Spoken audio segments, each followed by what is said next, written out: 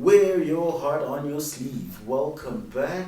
And I am not alone. We have our special guest co host, aka the one and only, the co hostess with the mostest, KG. I really think you should get a horn. I think we need a whole music production jingle. I think so. Ba. But hey, hello everybody. I am back. I come back. I feel like we haven't spoken in a very long time. You guys are probably wondering, where are these people? Like, where do they go? But we are back. Generally, a lot of people have also been having the conversation about Men's Mental Health Month. True story. We seem to be having a GBV pandemic. And so, this episode, we want to zoom into men, Yeah. men and mental health. And our special guest has got a question for the man out there. Yeah, the men and the man.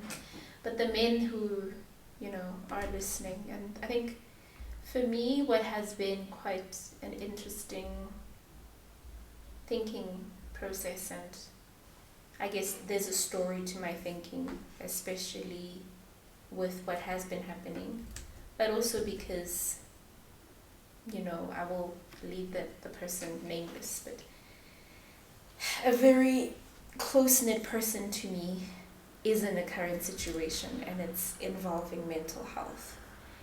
And in my head I'm thinking, why do men find it so difficult to talk about how they actually feeling?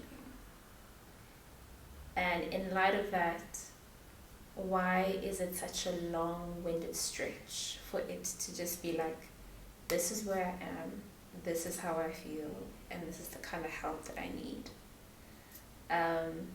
And I've just been thinking a lot about that, and as far as the time that it takes for one to actually get the help versus the time that it takes with the person withholding information and not actually expressing their current state of health and wellness. And I'm just like, you're the guy here, so you could probably give us a little bit of an anecdote. Coolio. Yeah. Well, see, when people talk about men not opening up, Mm-hmm. I like to go back. Okay. I like to go back to boyhood Okay. and what boyhood is. Because... This is boyhood according to you? Or just Yes. boyhood according to If you had to ask Bongani Mina what it was like growing up, Yeah.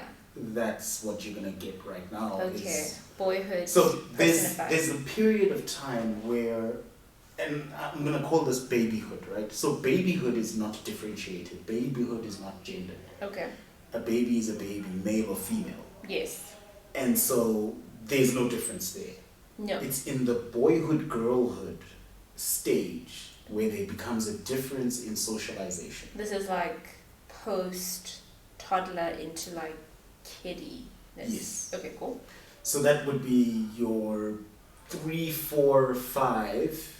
Yeah. The branching off becomes very Quite clear. Alright, cool. So the dress, was always different. Mm-hmm. But in terms of that, whatever the idea of play, the conception of play, the conception of Mm-hmm. what it means and their identity, I think it starts to branch Mm-hmm. at that point. And why I bring that up is I asked someone this question some time ago, this idea that, I think I wrote this down, that a boy will go out into the garden, pick some flowers for his mother, Mm-hmm. give them to the mother, Mm-hmm. and while they're in that baby toddler phase, this is praised. Mm-hmm. And this praise, obviously, over time, is like, no, stop doing that, you're making a mess in the house. Leave the flowers outside. You know what I mean? I hear you. And so that's the stamping out of a genuine generosity, a genuine affection, a genuine wanting to Mhm. give a gift. Yeah. Then, fast forward, in this same boy's life, Mm-hmm. there's going to be a creche project where now he must make a Mother's Day card or Mm.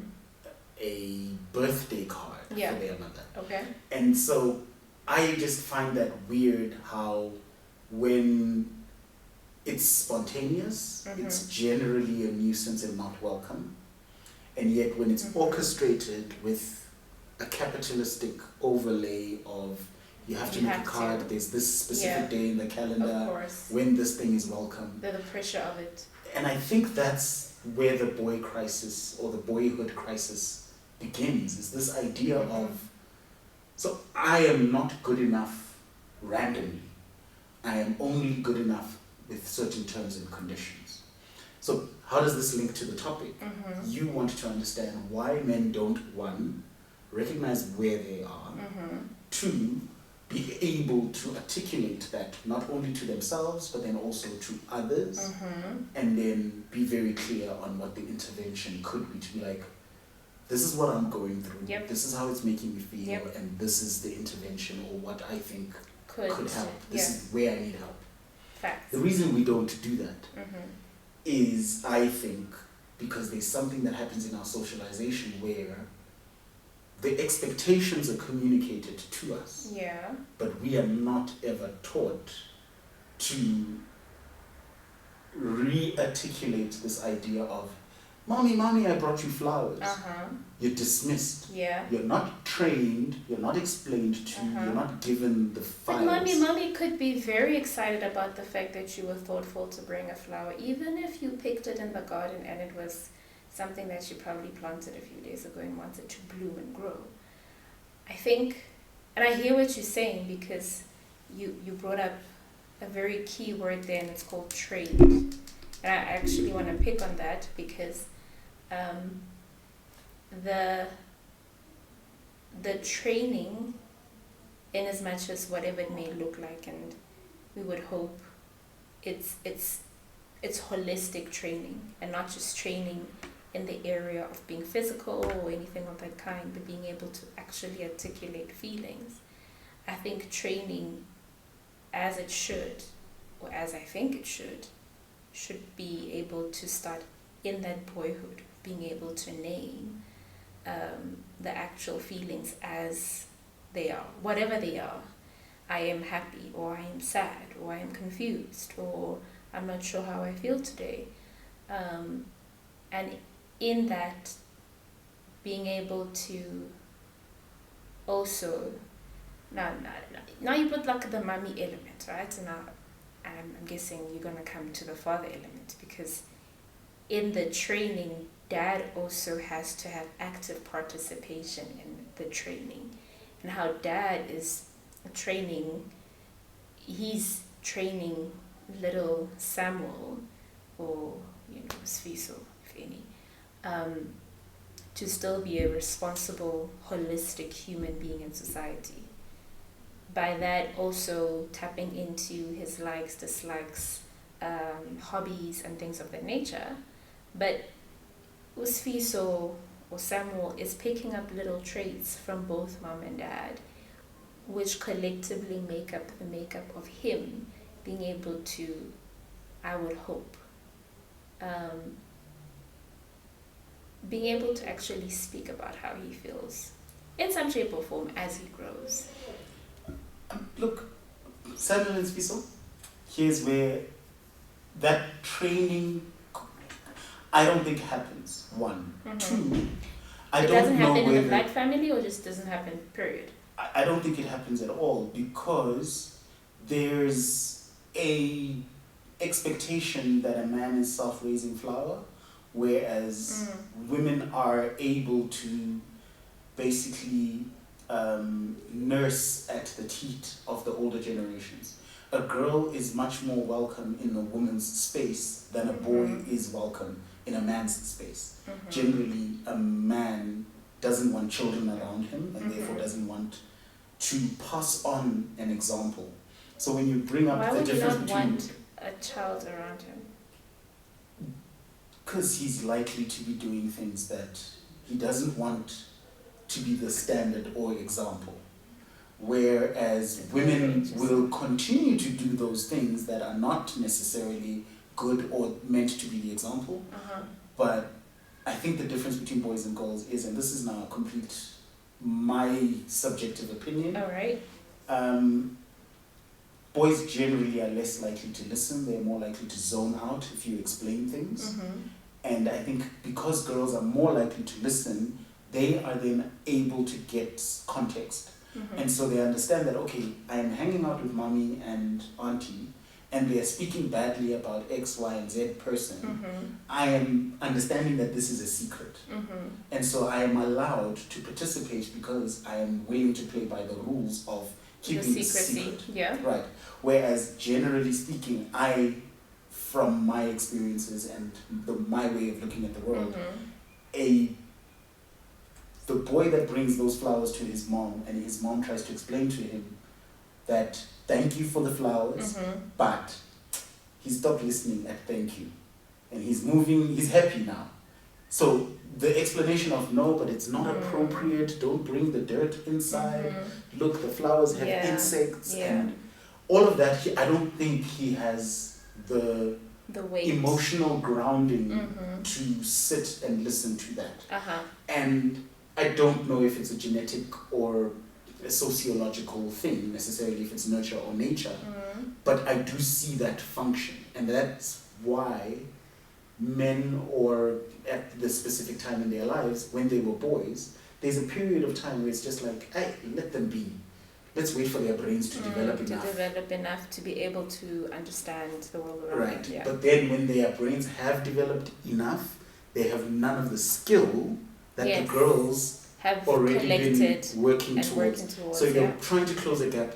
It's like inequality. It's like trying to catch up with rich people when we all have compound interest. True story. But how do you catch up to someone who's growing already millions and you have 5,000 in savings? True story. You can't compete with someone with millions.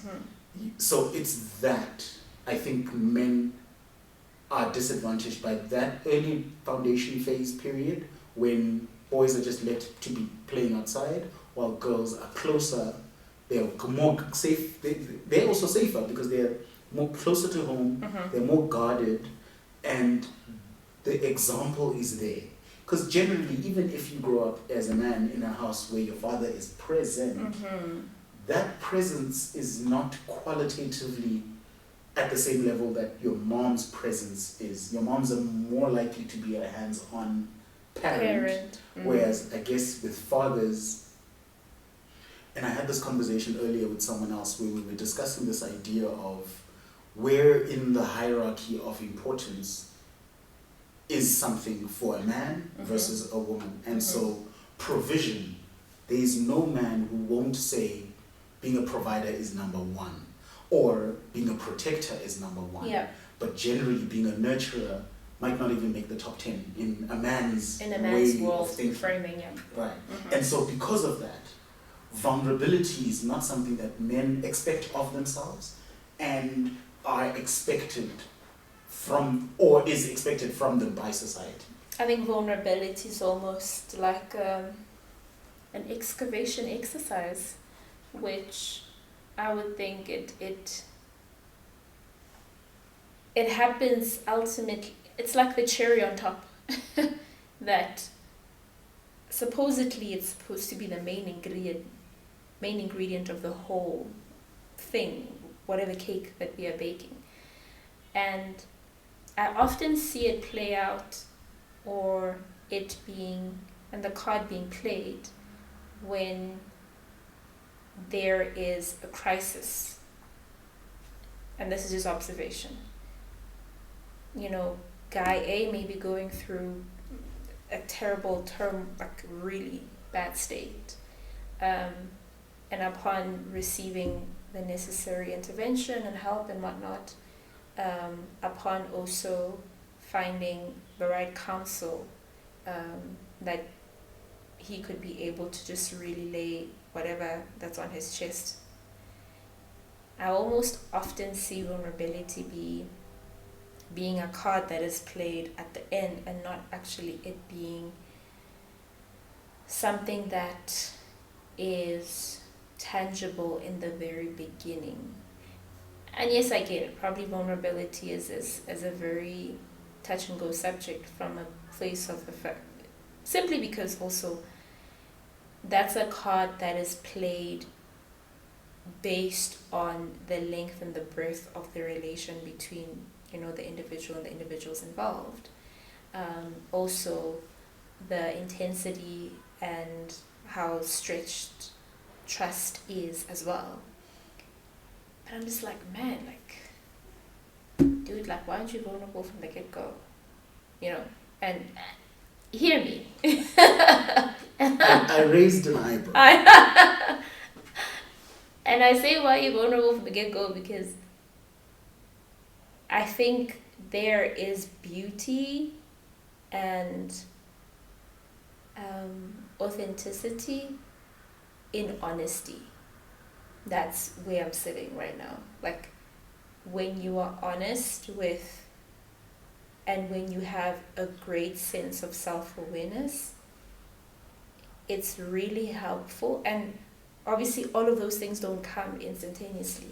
There's work that comes with it, and the work involves, right, supporting cast, which is probably therapy and having a good council of people in your side, whatever the case may be.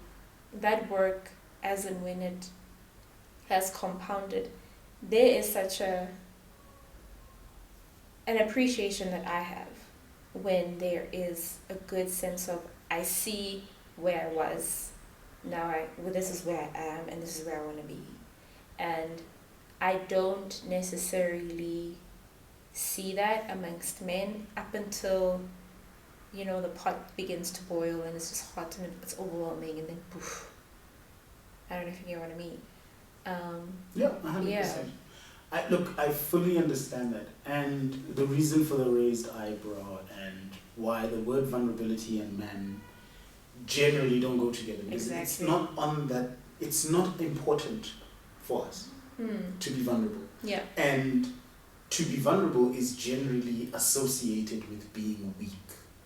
And Agreed. Because the idea of being a man, the idea of even being a boy, is being as far away from weakness as possible. Mm-hmm. So that's why vulnerability is never going to be the first card we play. Of course. And when we do play it, it's at the tail end because I have tried all the strategies. My toolkit is now... Now I can say to you, I am empty. And then you're like, why couldn't you be vulnerable all the time? No, because I had tools before. I could have beat you up. Yep. I could have been violent. Yep. I could have raised my voice. Mm-hmm. I could have run from the situation. Mm-hmm. I have all these other tools available to me, the tools that are appropriate for me to use for my gender. Vulnerability is not an appropriate tool for me to use in my gender. Because? So I suppress it. Because of my socialization and the environment that I live in and what I see. Because it's deemed weak. I don't even think it's deemed weak. I think it is weak. Mm-hmm. It is weakness to lean into your softness when you have been raised to be hard.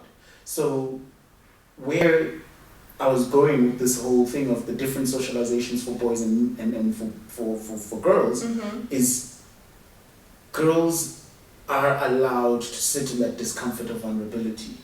And so they get training on how to handle vulnerability, because we live in a society that says women are the weaker sex. And so there is no rejection of vulnerability among the females. Yeah. There is no disconnect between what a woman expects of herself in a situation and what society expects of her in a situation. So if she's expressing vulnerability, society meets that vulnerability not with surprise, shock, disgust, but instead with, this is normal, let's help her. This is normal, how do we allow her to get through this moment? Whereas when a boy expresses the same or similar vulnerability, the first thing is, stop that, what are you doing? Why are your eyes leaking? So that's the socialization is, vulnerability, bad. Vulnerability, suppress. Vulnerability, push it away. Yes. So lead with strength. Lead with the lie. You are, what is our definition of bravery and courage if not lying. Yeah. You have the fear, but you're supposed to conquer the fear. Yeah, that's Fake it till you make it. So being a man is faking you're not vulnerable until you can't fake it anymore. When was the last time, if I may ask, that you had ugly, snotty, just eyes bawling cry on your own? Alright, so Mani Mina has been put on the spot. Wear your heart on your sleeve. That's what you said. Right. First of all, you assume I have. Notice the privilege in the question. Okay. You assume I have. It is possible I have never done that because I've never felt safe enough to do that. It's possible I've never done that because it just never occurred to me as an option. And it's also possible that I've never done that as an adult. That you asking the question, when was the last time? You are asking me to now dig into the archives and remember some, like an overflow that would have happened probably when I was 9 or 10. Okay. Because ever since then, being composed has been so important that even if you cry, you need to cry well. Not ugly, snotty. Not ugly, snotty, laying it black, So that's woman stuff. Oh, according to you? According to the socialization where I'm coming from. Okay. So I understand that now we can talk about these things. Yeah. But again, can you see how the boy, unfortunately, or the man now, has this thing where the zeitgeist moves to a place where it says, okay, now it's okay for men to express themselves. Yes. Now it's okay for men to have microphones and speak. Now it's okay for men to start looking at their traumas and going back at negative memories. Actually really reliving, But because it's okay now, doesn't mean for the last 14 years we've been developing the skills to be able to harness this moment. You guys like playing catch up? Yeah. Pretty much. We're trying to play catch up. Yeah. Because we're learning vocabulary you learned as a girl, but we're learning that vocabulary as a man. I think that's a little bit unfair, and I'll tell you why. Because even in as much as the obvious silent expectation that women are learning the soft skills capacity in their girlhood age, sometimes it's not necessarily the case even in their teenage or even as young women or married women, because the continuous socialization is, even as a woman, we talk, we talk literally means you need to be patient, you need to persevere. And what are you persevering through? You're persevering through being overlooked. You're persevering through, again, probably being seen as the weaker vessel. You're persevering through having to probably, prove yourself 3-4 times as much. You're persevering. Okay, sorry. I'm just worried that we're getting into Oppression Olympics. Oppression Olympics. We will come back to the original question. Women suffer too. I'll acknowledge that. True story. The reason I'm bringing up the contrast is not to say that women don't suffer. Okay. It's to point out this, because you see, when men try and have the conversation, are they heard? Before we talk about if men can speak, and we started with the mommy, I brought you flowers. And I spoke of that being dismissed. So the vulnerability and honesty that comes from within is not appreciated until it's in the right moment, at the right time, with the right tone. There's all these terms and conditions that come with it. And because a boy, especially a young boy, is incompetent, right? How so? Generally speaking, because a man is competent. Okay. A man is able to read the room, see, understand certain things, have this idea of before, during, and after. Whereas a boy is chaos. And so that incompetence leads to a rejection. So rejection number 1 at mommy, I brought you flowers is, but look at the mud you are training. So it's constructive, good feedback. Honestly speaking, this is you being a reasonable person to say, I can't clap hands for you for bringing in these flowers from outside. Yeah. But you are running in the house I just mopped with shoes that are now causing mud. But you said something very important there, and you said, am I being seen? As opposed to, are you hearing me? And I need you, I'd like for you to kind of deconstruct that, because it's a cry that I am hearing often from men to say, I don't feel seen. I don't feel like I'm getting the help that I need. And even in my trying to seek out help, it's not as effective because I don't seem to be, knocking on the right doors. I'm knocking on the door, but at the back end there is a supposed, oh yeah, but it's not prompt, it's not immediate. So I just like for you to kind of really unpack the I am not seen and really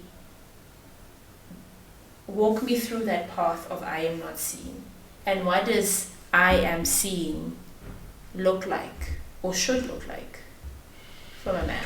Alright, so a man and a woman are not the same thing. Yes, true story. Yes, right. yes.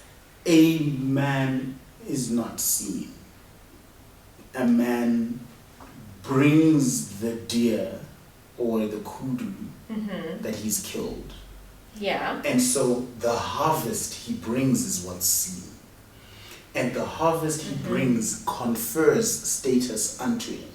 Okay. He is brave, he is virtuous, right. He provides. So his labor is what is seen, not him. His provision is what is seen. But I can give you a thingy, a compliment, and say, oh my gosh, you did so well. Notice so you're not seeing me, you're seeing what I did. Okay.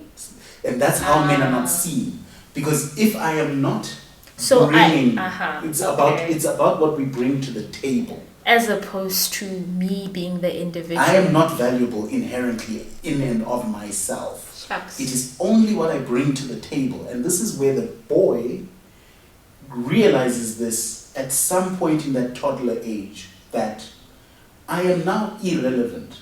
I was relevant when I was cute. I was delivering something. Yeah, my cuteness. My cuteness is cuteness me. Factor. It's I am cute. I am the cuteness. Right. Then there's a divorce that happens in that boyhood stage where I am no longer cute.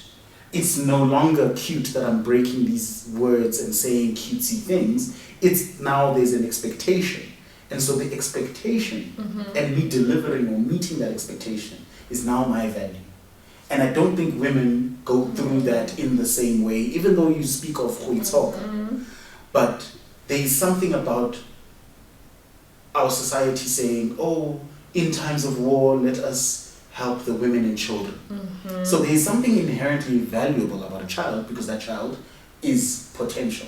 There is something inherently valuable about women because they bring about this potential. The one person who has no inherent value is the man, because the man is only valuable when he protects. The man is only valuable when he provides. The man is only valuable when he's able to labor, when he's able to earn, particularly now in that cultivate as well. Right, in this day and age, it's about money. The money. It's about the money. So my value is in my wallet, not in me. It's not in the face. It's not in his clothes. It's in what is he carrying in his hands. Yes. An empty-handed man is a useless man. I have no use for him. Yeah.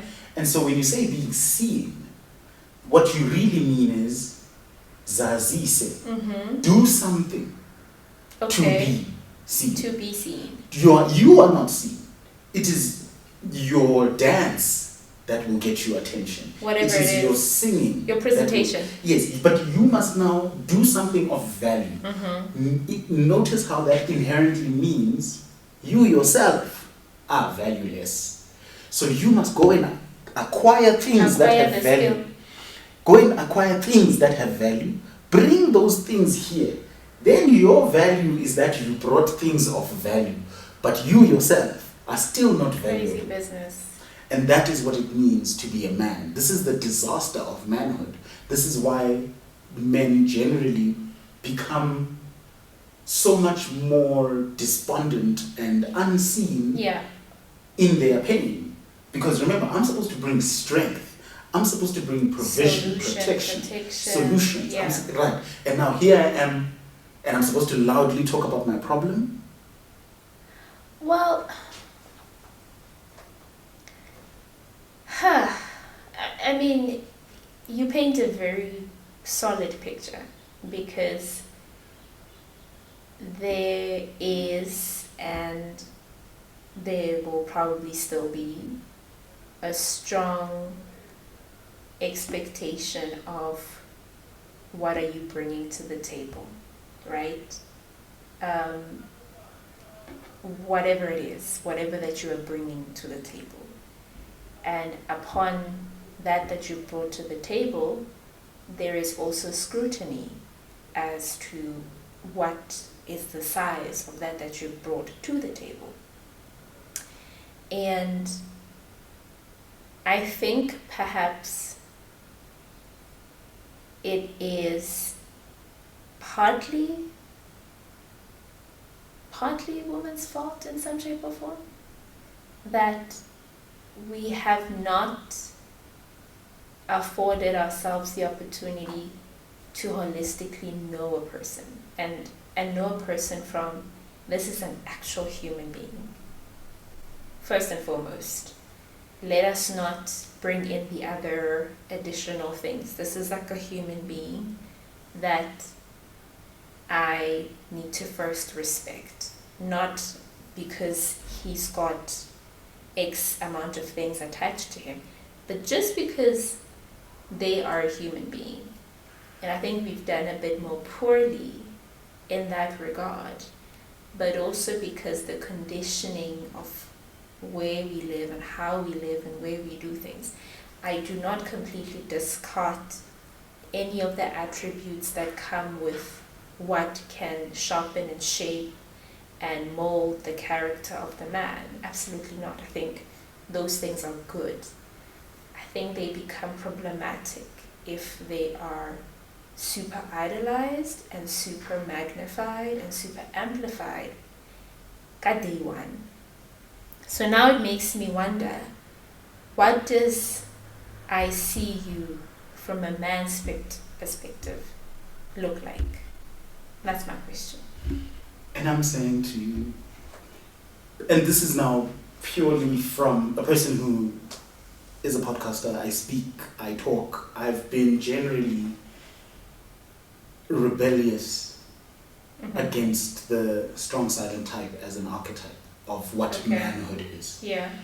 But I am also speaking on behalf of people who are that and have been aspiring to that. Yeah. And are inherently or naturally that. So I've been a man that is not the boy's boy. Okay. Right. I'm the Georgie Porgy. The Georgie Porgy?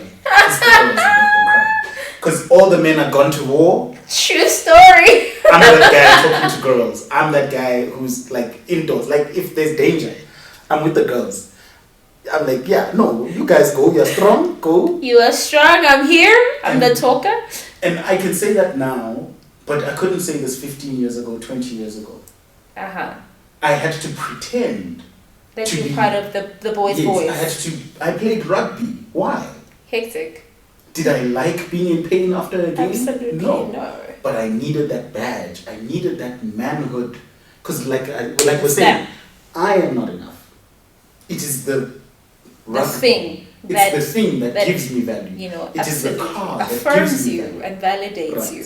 So now let's look at your thing of what would be being seen. Yeah. Is this idea of you are enough. But it also feels unfathomable in this society that that would ever be a real thing. Yeah. It feels fake. And let's look at the difference again between the genders, right?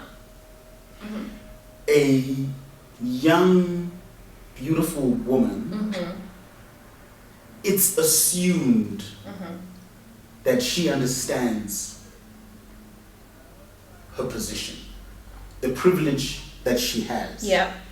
Whereas the handsome man Okay. or boy, Yeah. him being handsome is almost to his detriment. Why is It's that? spoken of with a. Tongue in It's cheek. like it's not meant to be. That he that must a not man- be beautiful. Yes, a man must earn his beauty. His beauty. A man must earn. It's like even with a tall man, Uh-huh. a lot of tall men get bullied That is interesting. because women like tallness. Yeah. And so the men who don't have tallness see the man who has the tallness And then they get and jabbed. they go in on this They person. jab him, jab him, Yes, jab him. because it's kind of a pull him down syndrome. Of course. And so now can you see how even though he is being himself by being tall, Yeah, this is genetically how I was born, biologically. himself, he is not seen. What is seen is the tallness. Okay. So when you talk about being seen for a man, the reason I'm trying to complicate it is to show that even when you have the things that are supposed to be valuable, Yeah. it's the valuable things that will be seen and not you. You are always a butler, and it's only what you're carrying that's important. So you look at You are the always smart like boy, that. it's, ooh, you are smart, you are going places. It's not about you, but the places you could end up. Yeah. You should be a doctor, you should be an engineer. Do you know how much money they make? And so this upward mobility becomes your value. Yeah, Not because you've you attached yourself. it, not you yourself. Right. And I'm trying to look at things that are personal. So Yeah. you are born with genetic lottery of being tall. You're born with the genetic lottery of being a handsome man. Okay, Yeah. fine. But what's the number one trait that women say, regardless of anything, what's the one thing that makes a man seen? Humor. Humor. You better be funny. So he still must come with a skill. Like, you better crack a The joke. man must not come empty-handed. Like my And guy. if he is empty-handed, he must make that empty-handedness so entertaining. So entertaining. Like, be my clown for that moment. As crude as that may sound. But just really entertain me. So my point is that even if what you bring is not tangible, Uh-huh. you are still only valuable for what you bring. This is so complicated, but it's so true. I think. Okay, so he has to come with the package. There's a briefcase, right? There's a briefcase of this is what I have. Obviously, and this is just like a very ridiculous for me personally, and I think some are probably going to get cancelled by a lot of women, but I just think the list as it comes is really unrealistic, because if tables had to turn and say, well, I have a list, says the guy, and girl A does not meet the list, how would that, end? Anyway, asikola. But he brings the briefcase with the things that he has to acquire or has acquired. And it works, I suppose, for those many different reasons. But lives, and things happen. Kids come, and kids don't come with any kind of rule book or anything of that sort. It's just how it is. You gotta learn on the job, literally. You pointed out something very interesting earlier, and you said the toolkit that I came with in the beginning, I mean, it worked when we were still dating and things of that nature. Now that we're married, it almost seems like the tools are getting a bit blunt and may not necessarily be useful for those moments and times as lives. And in this case, tragedy strikes and the tools are no longer working. And there was a similar tragedy, but the tools worked. There was another occurrence The tools did the things. Now this one, it's almost like these things are not working, and I'm not sure if my articulation or I've exhausted my toolbox rather, and there's an inherent expectation that I'm supposed to fix this thing and I can't.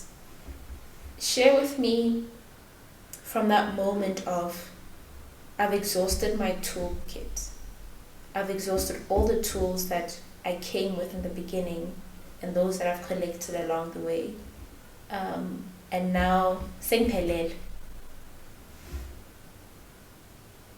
How and when can I finally play the vulnerability card?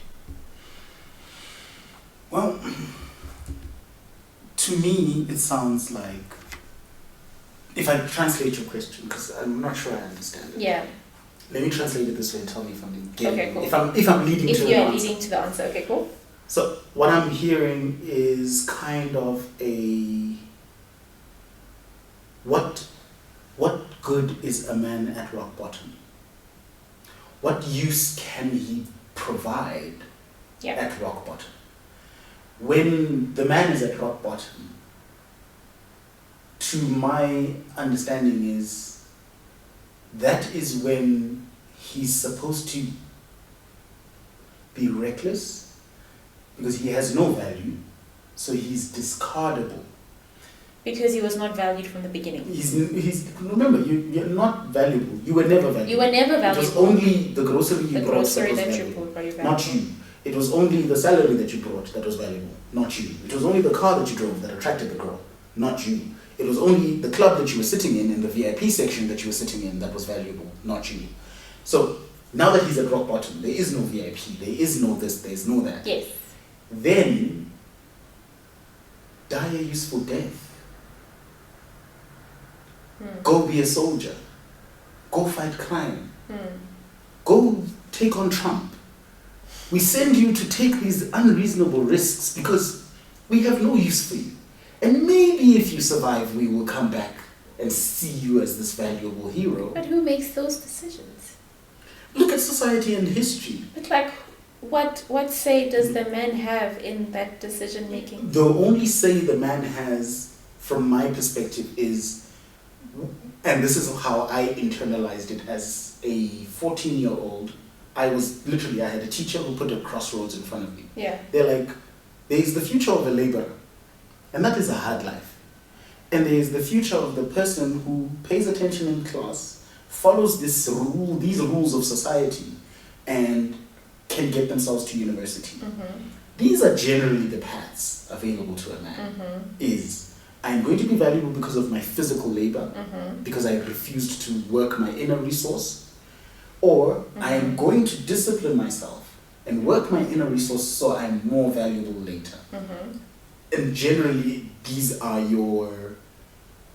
the bully, the tallest kid in class, the kid with the muscles. Yeah. So these are like the physical elements that I can be able to use and manipulate. So he was able to use and manipulate them at that point in high school to get love and attention and affection. Facts. And so he's the captain of the rugby team and the this, and it's all these physical things. Yeah, attributes, yes. And so those assets are assets. Yes, but those are the tools. Their value is going to drastically decrease quicker as soon as you leave this artificial school environment. And as soon as you probably also leave the little cocoons. That little bubble of whatever your high school is or whatever, even on campus, right? The campus is a little bit of a fishbowl.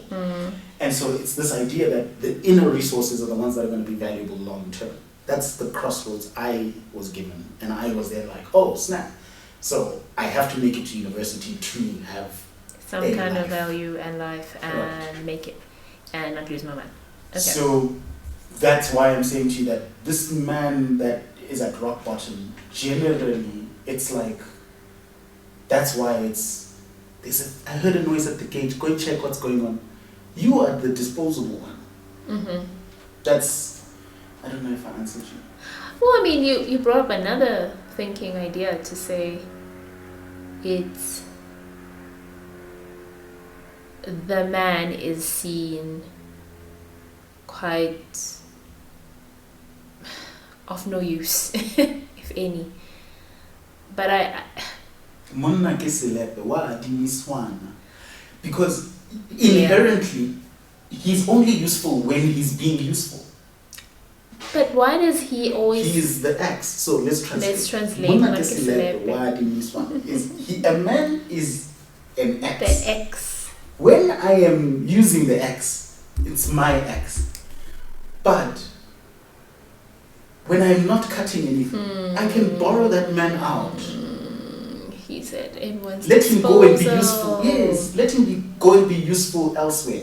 Because if he's just sitting here, he's not being useful. He's in the way. Well, I mean, I would also imagine that the doing of things, there's absolutely nothing wrong with doing stuff, right? And doing, I'm a doer, I do a lot of stuff. Doing helps me to be able to, I suppose, collect some kind of value, but also sharpen a skill that I did not know I had. As well as, interacting with human beings, because I thrive and, around other human beings. I think that Selepe, in as far as Sama and things of that kind, the Selepe part for me is, it's twofold, and it's twofold from a perspective of, it's helpful that he's a doer so that he can be able to keep himself busy. It's unhelpful that that is all that you are seen to be, as opposed to actually you can have a moment of pause and reflection. Now I'm going on a tangent. You are at rock bottom, ne? And your rock bottomness has created such a cloud of, I can't actually see where I'm going now. I've exhausted my toolkit. I don't know if I have enough words to articulate how I feel, but I'm going to do my best. I'm going to try and exercise this thing called help, because I've never actually quite used it. I've been, autonomous and self-sufficient and self-managed soldiering on. And now there's this thing that's been there in my toolkit. I didn't even know that it exists. There's a compartment in my toolkit called vulnerability. At what stage, and I keep pressing on this because I don't know when you've used vulnerability card, or if it's been more progressive, or if you've actually owned it. I've once said to someone that actually for your vulnerability is your superpower, you just don't know it.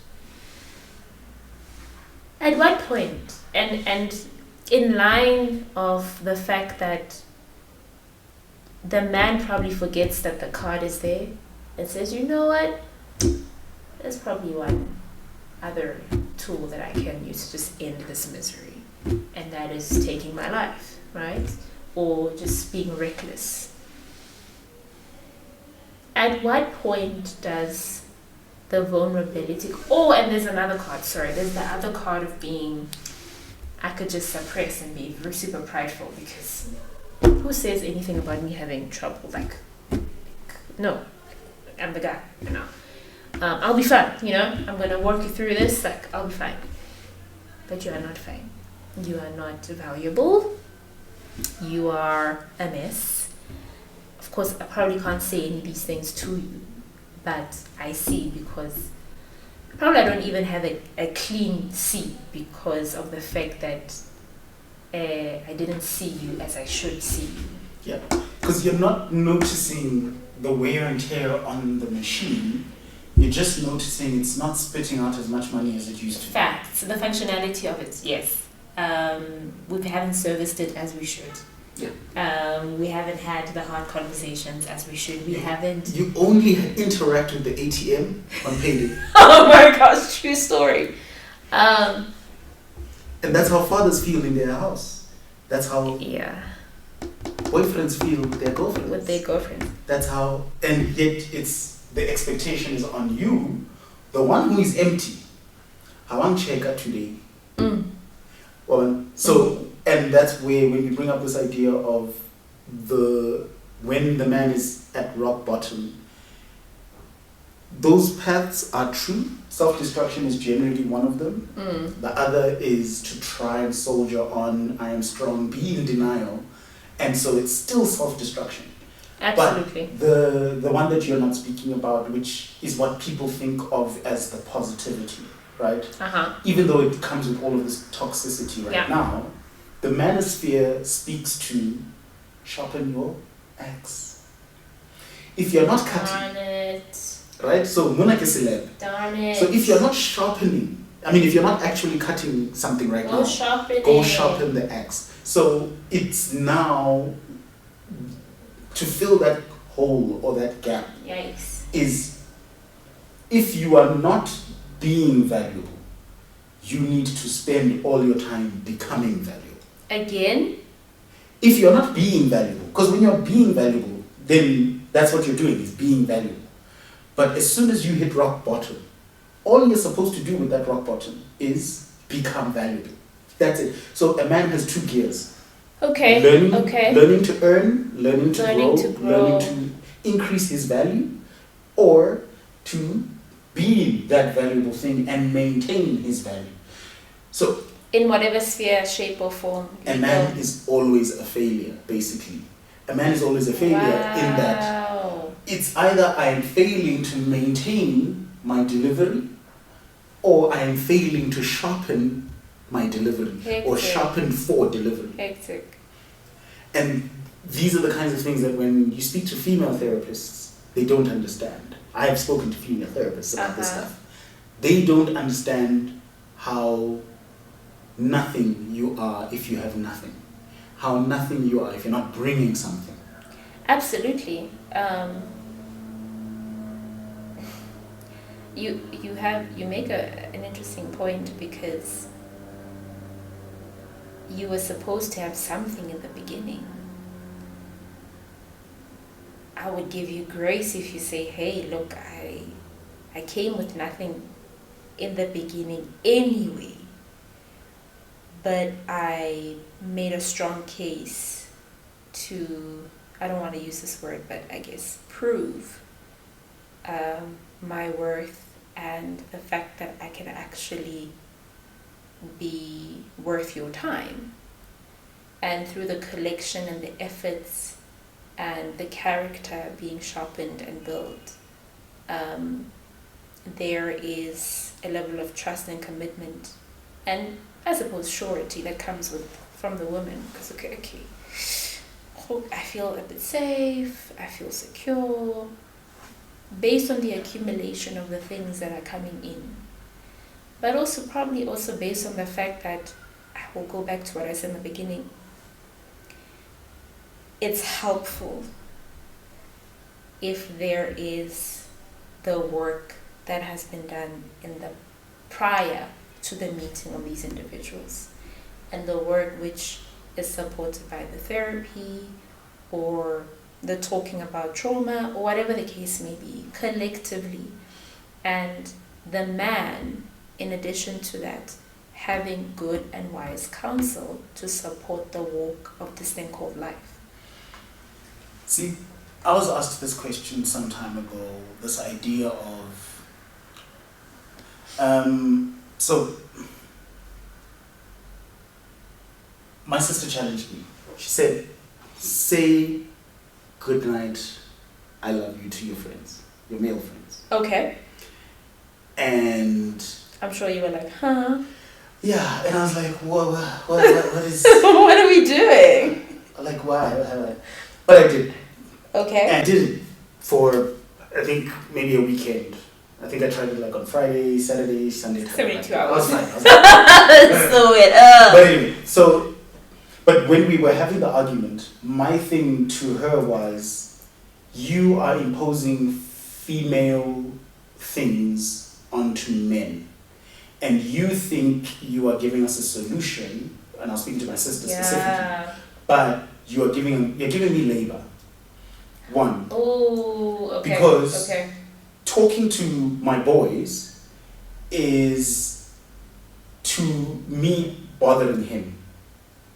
Oh, yeah. To me. There's a challenge. There's a challenge. We need to fix it. Right. Yeah. My interpretation of, hey, homie, look, hey, I just need to vent. I, as the man, value my need to vent as I am infringing on him and his peace. I'm basically saying to him, Shucks. You had nothing to worry about before this phone call. Actually, can you be my dumpster? Right. And now I'm going to use that gosh. vacancy for me. Oh, wow. That's how I interpret it. But if the introduction is, hey, can we talk? Do you have a minute? No. I hear what you're saying. Yeah. But my point is that women inherently feel welcome. One, they expect interaction. Two. So, because you inherently feel welcome and you expect interaction, okay. What is a man's peace if not silence? Yikes. So, me reaching out and doing this thing, I am breaking their peace. Because their peace is, no one is needing me right now. No one is calling me right now. Yeah. No one is asking me for anything right now. Yeah. That's a man's peace. That is so amazing. And so, if you wanted to know, are we enough or are we seen? Is, can you see me in my silence and leave me? Can you see me in a moment of joy and leave me? Do not interrupt my joy. Exactly. Do not interrupt my peace. And that's where this idea of when a man is watching the game, a woman can pass by naked and the man will keep watching the game. Clearly that's his peace. True story. Right? Yeah. And you respecting that game might make him feel more seen than almost anything else you could possibly do. You honoring the fact that, you know what, for these 2 hours, it's you and you. Do you and pirates go at least at least you have found something. You could be doing so many things that are worse. You could be robbing the bank. You could be murdering somebody. You could just be doing illegal things, but you are enjoying a recreational activity. And I think also it also still stems from childhood, this idea that boy joy quickly escalates to destructive, right? If boys are too happy, eventually something is going to break. Someone is going to crack. So now, I think when a man is happy, there is also that fear that he won't come back. And that's a female insecurity that you guys also have to then say, in as much as you want us to do this thing. Look at men's conference as a weird example, right? Men's conference, in as much as it's this hilarious but men are expressing themselves. It's a joke, but it's got its truth in it. The idea that we want to get away from you, and you can't take that, and we can't say that to you. And this we want to get away from you for a moment. We want to get away from you permanently. Why would it ever be permanent? It's never permanent. Why would you even think that? I mean, we want to get away from you. It's quite an indefinite statement to make. It's quite a bold statement to make. A man's peace is when there's no one expecting anything from him. And who generally expects things from him? Fair. Who needs him? Who wants things from him? It's the kids. It's the wife, the partner. Wow. And it's the mother, the grandmother. Right? It's some female person. And why are men generally gone in society, right? Absent fathers. And when men do hang out, we're not having deep conversations, we're having fluffy conversations. Like very fluffy. Why? You're not... Because fluffy is peace. Getting real is labor. Hard. Okay, we're probably going to have to pause there because I think we're getting into quite another layered conversation about... And we haven't even touched on generations. We haven't even touched on generations. We haven't even touched on the actual vulnerability part. Kind of been touching and going here, but like the use of it. Look, and it's got its shadow side, Fact. I will give you that some men now use vulnerability as manipulation. Ooh. I think we should pause there. Wear your heart on your sleeve. True story. We generally don't promise part twos. We will put on record a part two is owed. A part 2 is owed, and I think today was a very healthy and helpful starter pack.